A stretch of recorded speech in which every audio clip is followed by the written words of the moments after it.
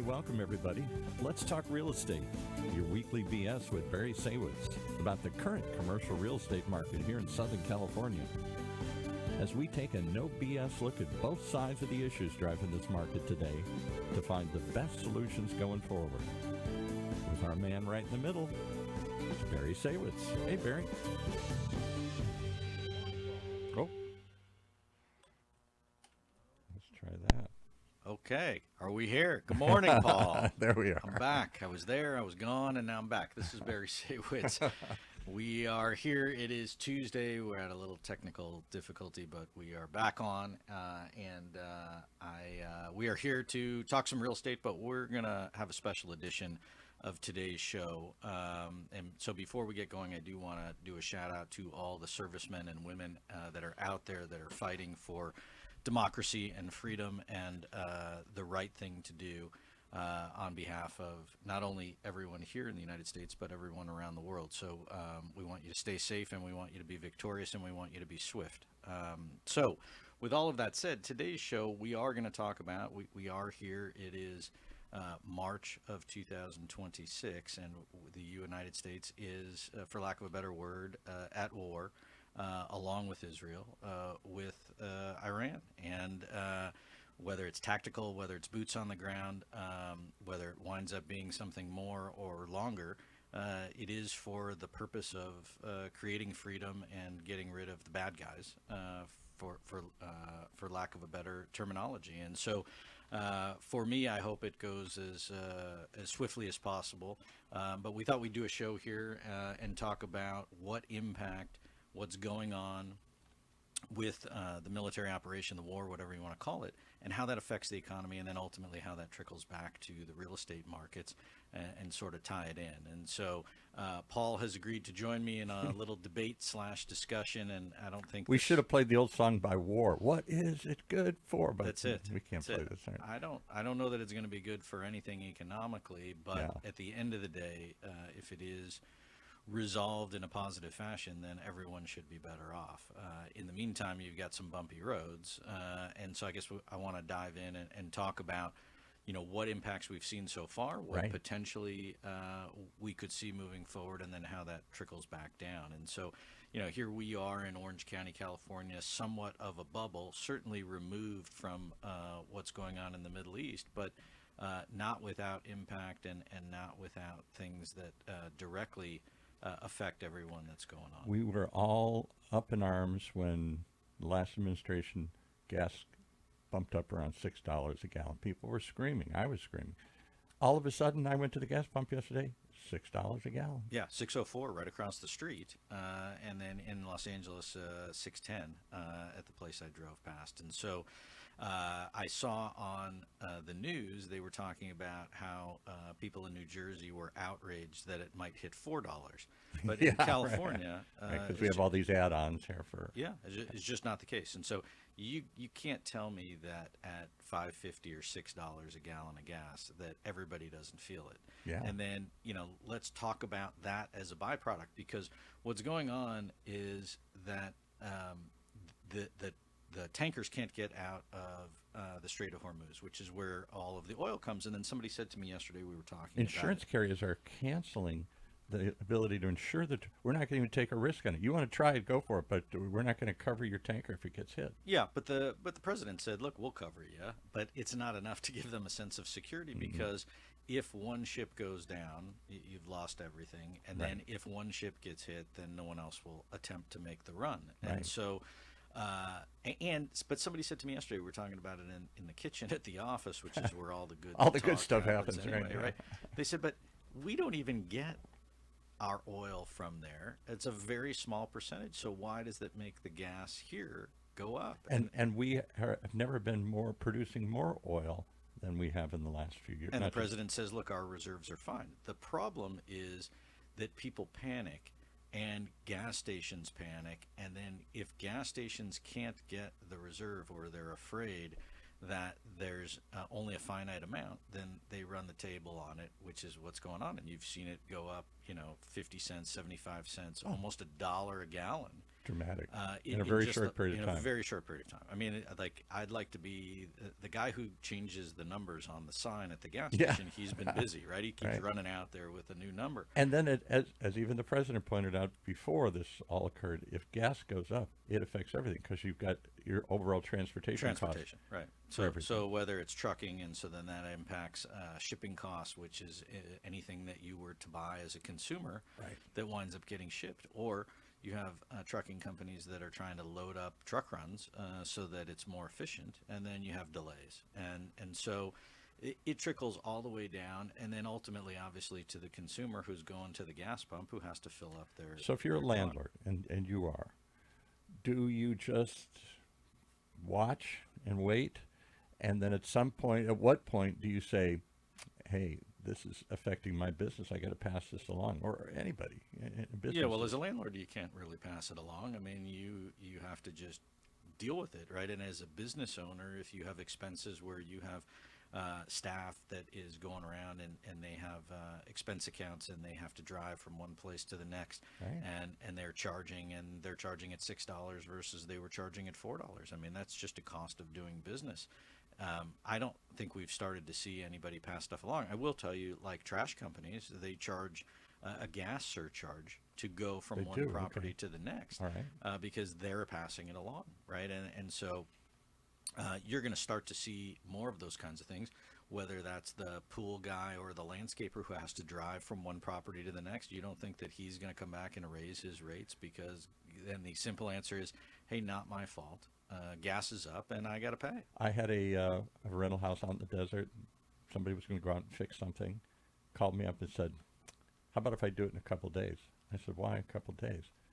I'm going to be in that area anyway. I don't want to make a special trip. Too expensive. Yeah. Or people will start charging trip charges. Yeah. Or they will increase their trip charge. So a simple guy who would go to fix an appliance, who would normally charge $85 for a trip charge, he's going to charge $100. So all of these things trickle down, from an operational standpoint. But just look at an average company who is doing business and pick an industry of any type, and you're going to feel it at the pump. Now, what happened was the president came out yesterday and said, hey, I think we're very close to winning. And then all of a sudden the price of oil dropped.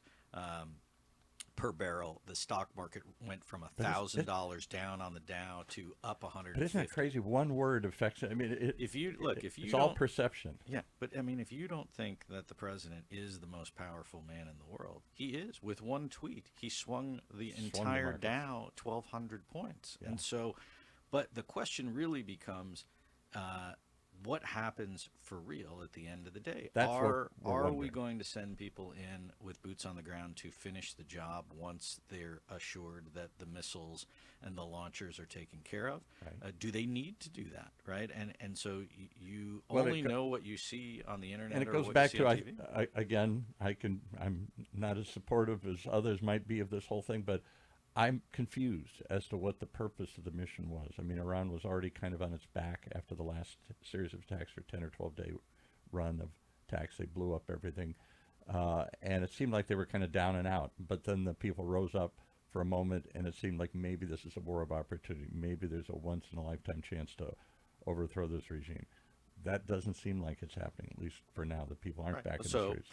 Yeah, but I would beg to differ that you have to get rid of the bad guys, because it's a threat to everybody, and whether it's you or your children or your grandchildren, enough is enough. And it was at the boiling point where there was an opportunity for them to really do significant damage if they wanted to. My concern is different. My concern is that the politics that you don't hear about or know about, which is there's rumors that Russia is giving Iran weapons or money, intelligence, as sort of payback to the whole Ukraine situation. Right. And then you have China who's saying, hey, we do get a lot of our oil and we are dependent upon it and we need it, so we have to figure out a solution.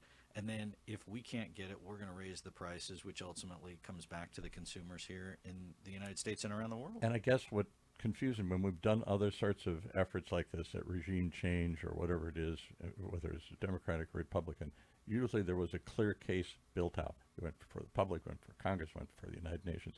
Here, this president doesn't operate that way. It just takes action. And the goal seems to be all over the place. Was it regime change? Was it just knocking them further down? Was it wiping out the missiles that we thought were wiped out before? I don't know. So how do you know when to declare Well, but victory? isn't it? I'm wiping out the threat of everything, right? And so whether you agree with it or not, you're in it, right? And You're so in it now, what is frustrating to me to watch is when people who are not supportive of the president or the move or what's going on try to Right. undermine it, right? Because whatever side of the aisle you're on from a political standpoint, I understand midterms are coming up and people are looking to, Score points. score points or whatever. Right. But I mean, come on, like, aren't we all Americans at the end of the day? And don't you want to just beat the bad guys badly, and then move on, right? And then if you do that, the economy will boom. It will jump back up, and things can get back to somewhat normal. Because now you have inflation ticked up. Now there's rumors of stagflation. Then Right. you have this issue of if the oil prices stay high, it trickles down to everything else. And so the question is, how long will it drag on? And then the longer it drags on, I don't think anybody is naive to say that it just can't be good for the global economy and that it'll affect you at the end. Even within the president's own base, though, there's significant pushback. The Tucker Carlsons of the world say, wait a minute, this isn't what we signed up for. This is what you said you wouldn't do. And now we're doing it. So I agree we're in it. The question is how long and what impact do you think it'll have on Well, the economy? and I say, now that you're in it, you need to win decisively, because there may be another guy down the road. And so unlike Russia, who could not win, No. right? And part of the 4 or reason 5 years in, they're still in a stag. Sure, but part of the reason they couldn't Yeah, win is because we keep funding Ukraine to be able to fight, and Right. without us, they would have lost quickly. And Sure. so, And on the flip side, I don't think the Russians, everybody overestimated the power of the Russians and the power of the military. They apparently weren't as all-powerful as we thought they were, and made some okay, bad but if critical the issue decisions. is that we would like to think that we are all powerful, Right. then do it. Right, and I say let our people go in there and take care of business, and there are So no you two think we better armies than the Israeli army and the United States So army. should we, it seems like the only way to really do it, to remove all the guys, isn't through air power, but through ground power, to go in there. Except nobody wants to put lives at risk, because the Right. backlash from a political standpoint would be huge. And I would so, think. and you don't want to send troops in and put them in harm's way until you're sure you got rid of all the rockets. The concern I've got is that you just don't know what's hidden underground or in a bunker, and a guy comes out and wheels something out, and he doesn't have the right trajectory, and so he's just slinging it. And then now my other concern, really, for here in the United States, is exactly what happened yesterday, where you have these sleeper cells, or you have a radical I thought guy, that's what we were 18-year-old afraid kid, of. Yeah, right? I thought But that's you what have we an were afraid of. 18-year-old kid who throws some kind of Molotov cocktail, Right. crazy bomb he concocted in his basement, and then had it gone off, would have killed hundreds of people. And so I'm with you, because I always thought the real fear of the Iranian regime or any of these regimes wasn't their missiles. We can take those out. It's a process and a problem. But it's the individuals, suicide bombers, that are dedicated to the cause. it's lack of a value for human life, and belief that if I die for a cause, then I'm better, and Right. and I'll go And to how do you a stop place. that idea? You can't frighten people away from that, because they're willing to die. They want to die. Yeah. So and how will you protect yourself? And then now you combine that with TSA is not funded, and so you right. have The now- worst time of all that we should be. So then, look again. You want to point the finger? Give them the money that they need to do to keep everybody safe. It's almost like if you don't give them the money, you're wishing something bad happens, so you can say, "I told you so." Well, it Which seems would like be a horrible thing. It seems like if something bad happens, we're all holding our breath. Another 9/11, another plane goes down, another terrorist Yeah. attack, something like that. That's what people expect. I expect, or fear. Then that almost guarantees then a cry for revenge. Afghanistan all over again. Let's go get the dirty bastards. And Also, it will be a cry for finger pointing to say, "See what you got us into. Look, this is your fault." Yeah. Whoever you want to point the finger at, Right. you could point the finger at the president and say, "You got us into it." You could point the finger at the Democrats who wouldn't fund TSA, and all you're going to have is a bunch of finger pointing, which won't change the outcome of the fact that there was a potential catastrophic event. I'm surprised how resilient the American economy has been through other chaotic periods in the last few years. We've talked about a lot on this show. What's the new normal? The new normal seems to be nothing's normal. It's always in flux. It's always up or down. And so businesses have historically liked to make long-range plans. the market's in an up or a market's down. The economy's going good, the economy's tanking. So whatever it is, they make adjustments to it. And we seem to be constantly on the fly making new adjustments. Well, because you have a tweet or you have an update and it's significant.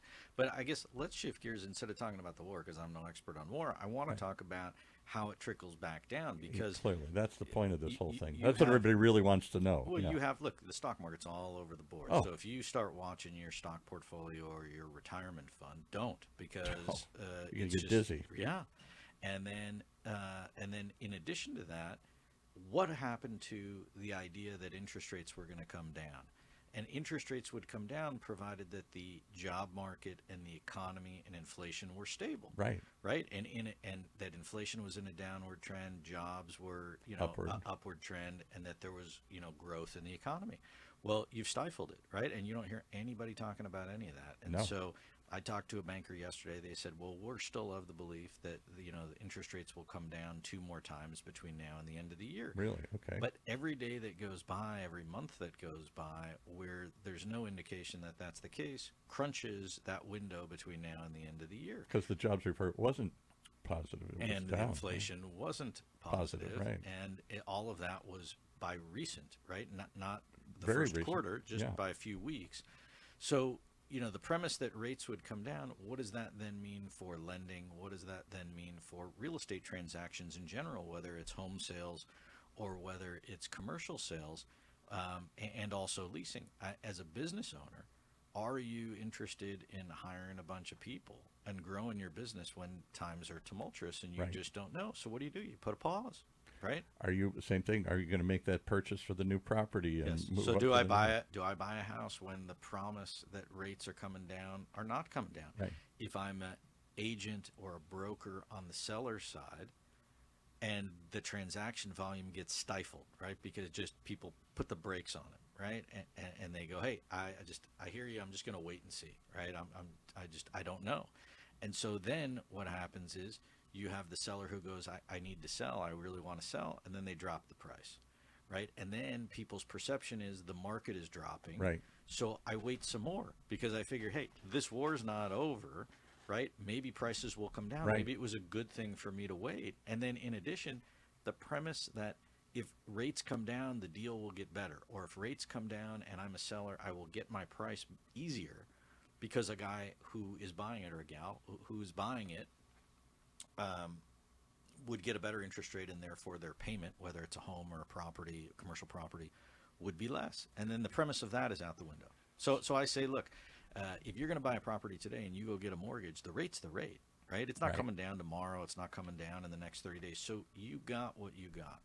And so you have to make decisions based on what you know. And if it's a tumultuous time or you're not sure, you just wait, right? And so what does that do for transaction volume? Stifles it. I would think. And then what does that do for the market in general? It softens it. Now, Right. does that mean the bottom's falling out? No. What it means is, stuff's not getting done, Right. right? And so if stuff's not getting done, there's a whole impact to not only the real estate side of things, but then everybody that's associated with it, whether it's construction, right? And then, Yeah.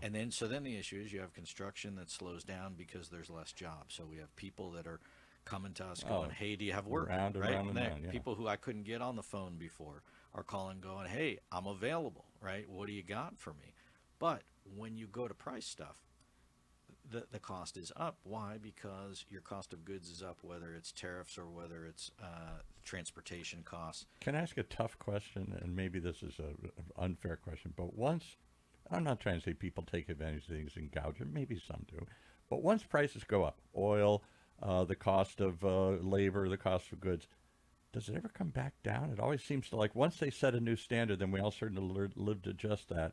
I don't see it often come back down again. Yeah, or it doesn't come all the way back down to where it was, right? Right. And so you just look at take home prices, for example, and pick a market. If you rewind and you look at pre-COVID prices, Right.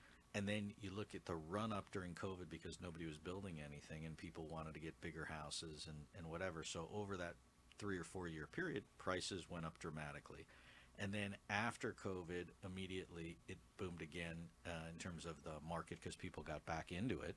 And then now all of a sudden it's dropped back down, but it didn't drop back down to pre-COVID levels. No. And so the same thing I think applies with construction stuff. There's you can go to bid and you can be competitive and you can make people try and sharpen their pencil.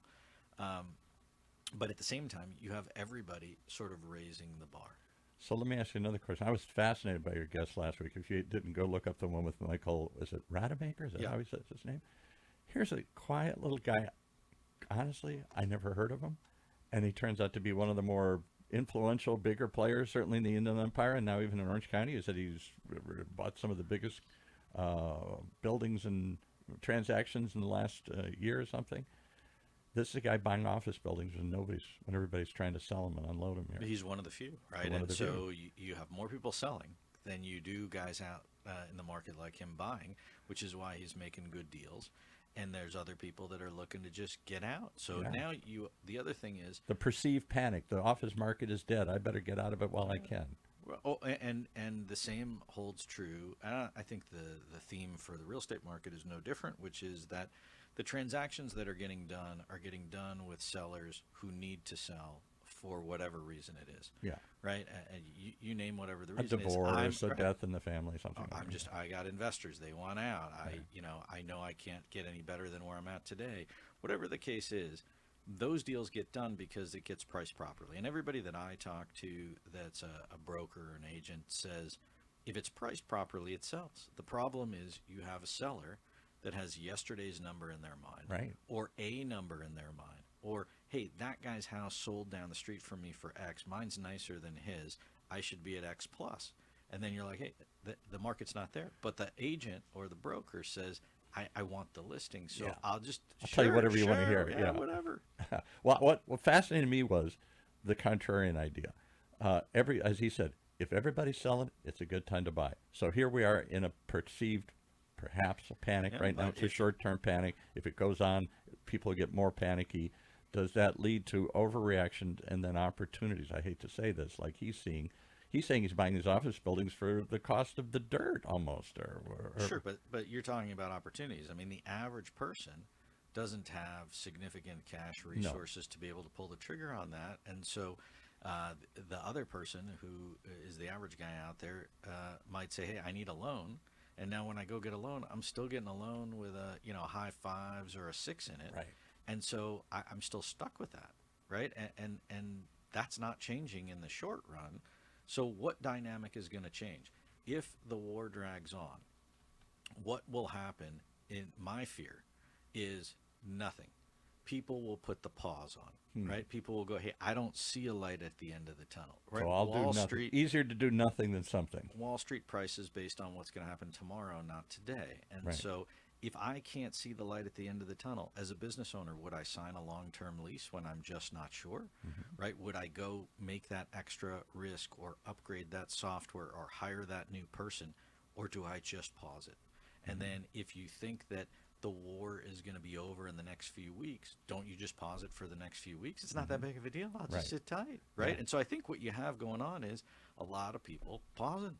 Yeah. And if it's over in the next 2 or 4 weeks, great, then I can get back to doing what I'm doing and be able to say that. The other issue, as you mentioned, is, if there's not a regime change, right? I mean, I guess I get it, but the Ayatollah's son, who was named as the leader, right? They killed his father, they killed his mother, and they killed his wife and his son. And so, this is the guy that's going to make a deal with us here? Well, I don't think so. Well, there's no deal. He's already said that, right? Okay. But you have two paths of fight or flight from as far as I'm concerned. You have the Gaddafi one, which is the flight, which is, okay, I'm going to save myself and I'm going to go underground and disappear, and I promise I'm done now, right? And please don't kill me. You've killed my entire family. Or you go, I got nothing to lose. My entire family's gone. Screw you. I'm just going to go fight until the death. And so that's my fear is that's what you have going on here. And I think that he's got to be number one on everybody's list to take care of, if you will, because he probably was on the list in the first place and they just didn't get to him. He wasn't there, apparently. Right. And so now you probably got a whole new list. If you got rid of 80% of the decision makers at the top level, you've got to go after the other 20% because you cannot afford to have somebody else rise up again, or you've not accomplished anything. So let's say you're right, and we should just finish the job and whatever it takes, boots or continued gutting out or whatever. If the economy, though, continues to spiral, if prices continue to rise, isn't there an overwhelming pressure on the president to stop, even if he thinks he should continue? Yes, but I guess the issue is it's kind of like going to the fair and trying to get that big stuffed animal for your kid. I've already spent $20 Right. on a $10 stuffed animal.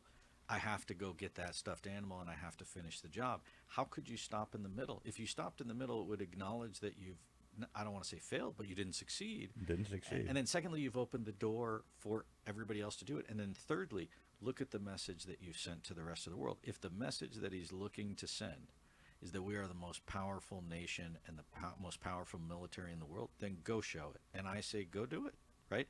Do it, just do it quick. And I say, for the naysayers out there, you're in it. Just get on board. And then the issue is, let's finish it up, and then we can get back to the business of trying to fix the economy. Would you agree with, I'll give you one last thing here, this seems to be, I think, the underpinning of all this. Is this a short-term thing, a couple weeks, and we're going to pound them, and we're going to change them, we're going to beat them, we're going to get them? Or have we kicked over a hornet's nest, and it's going to take a lot longer to put them back in the hive? I have no crystal ball on that. You have to leave that to the guys that are in the know. But I think the concern is that even if you beat the regime, even if you beat all of the weapons out of them, even if you destroy all of their capacity, you're going to have these sleeper cell people, and you still have jihadists all over the world. All over. Right? Here in your backyard and everywhere else that still may want to do bad things and might just be rogue people on their own. That's what they were trying to figure out with this guy in New York. Did the kid do it on his own? Was the whole thing planned out? Was it spurred by some secret underground movement? A lone wolf just trying to take advantage and get his own moment of glory here. Right? So, look, back to the real estate side of things. I hate uncertainty. Forget about war for a second. If you thought that the market was going up, you would act accordingly. Right. If you thought the market was coming down, you would act in that capacity. Exactly. If you just had no idea, deals don't get done. Right. And so I think that's the danger. Where my biggest fear is that it just slows it. And then when it slows it, people, buyers and sellers, just both take a pause. I'm not going to take a haircut unless I absolutely have to and I'm pinched. So maybe I just won't sell it, or I'll keep it, or I'll take it off the market, or I'll just hold to my number. And so I think on that we'd all agree. I think there's going to be a general, people are going to hold their breath and say, let's see what happens. In the meantime, they're going to do nothing. Right. And the easiest thing is to do nothing. But then you also have to turn it and go, okay, what about the individual consumer? What about the average person out there? How is this going to affect them at the end of the day? Maybe I don't have a stock portfolio to watch, and maybe I only see the war on TV and it's not in my backyard, and I'm not worried about it. You're going to see it at the pump.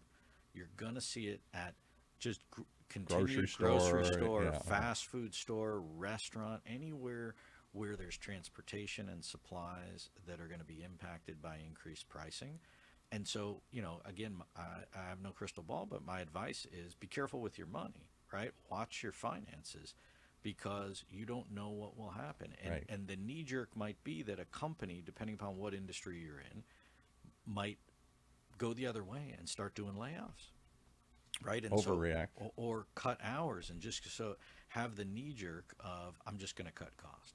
Right, I mean, we are looking at ways of cutting cost, and it's a question of, am I doing it efficiently, or am I just going to really just knee jerk it and then go, look, I can come back and fight another day. I don't. If the economy's in a pause, I guess I can just regroup in a couple of months. And yet, clearly, there are those that say, forget about war, just any downturn in the economy, any difficult times. There are people like your friend Rademacher who see this because they have the means and the opportunity. Yeah, but that's a small percentage. I mean, I think there's more people that are hurting than there are that are profiting from a struggling economy. Right. And we talk to people every day that are still struggling to pay their bills. And then you have, if rent is a good portion of your monthly expense, then if your rent goes up because your landlord's expenses went up, I mean, rents are not on the rise.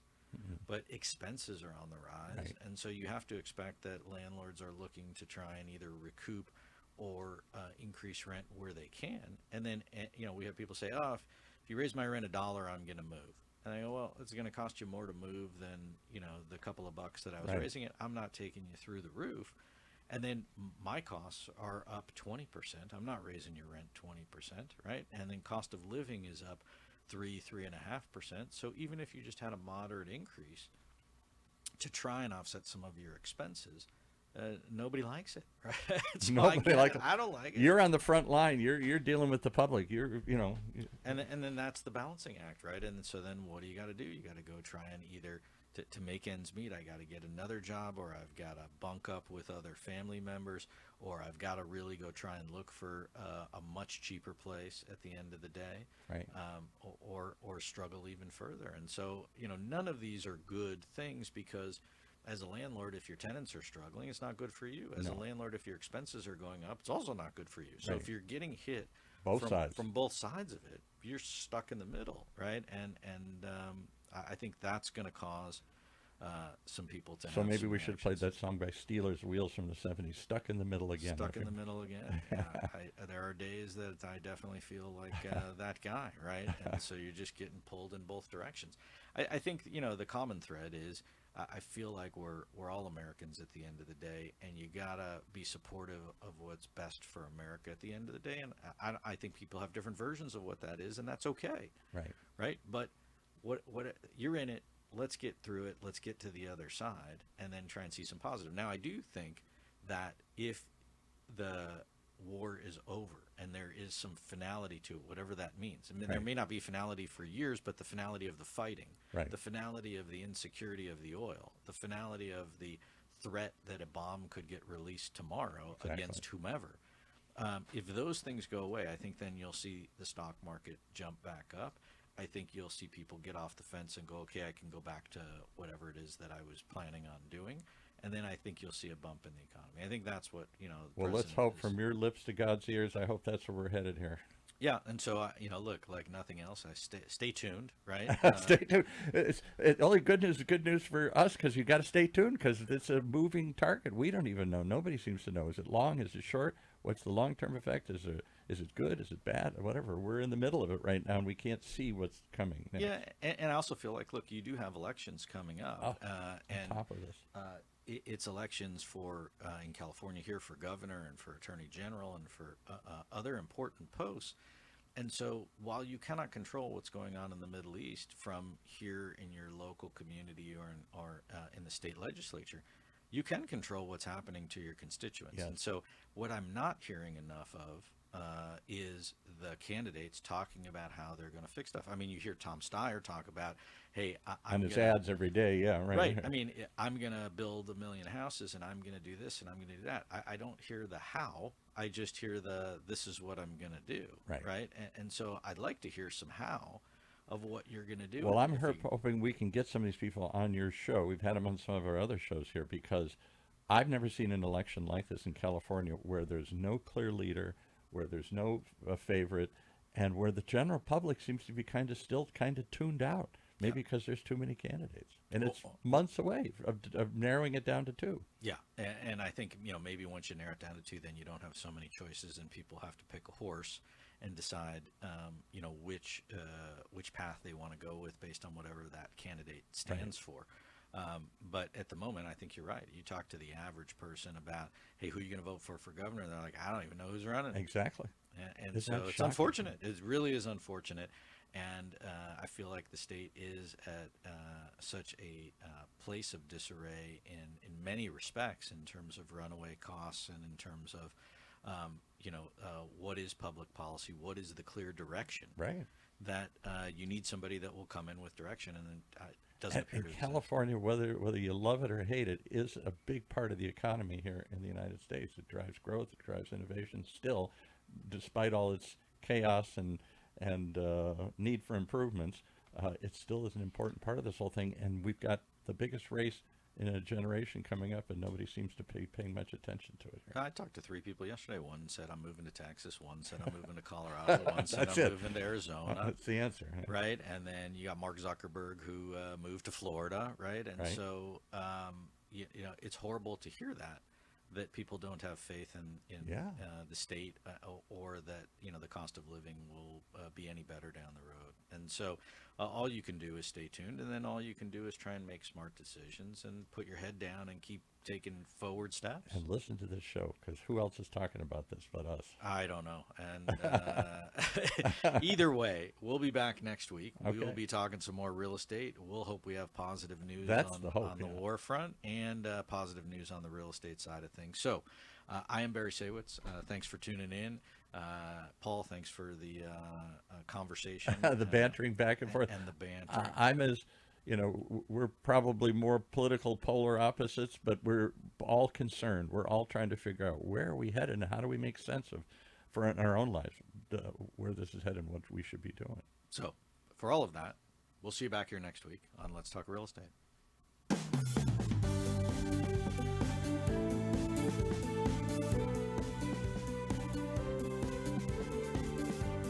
Well, there you have it. You've been listening to Let's Talk Real Estate, your weekly BS with Barry Saywitz about the current state of the real commercial real estate market right here in Southern California. On Orange County's only community radio station, OC Talk Radio, streaming live from our studio here at the University of California Irvine's Beale Applied Innovation Center.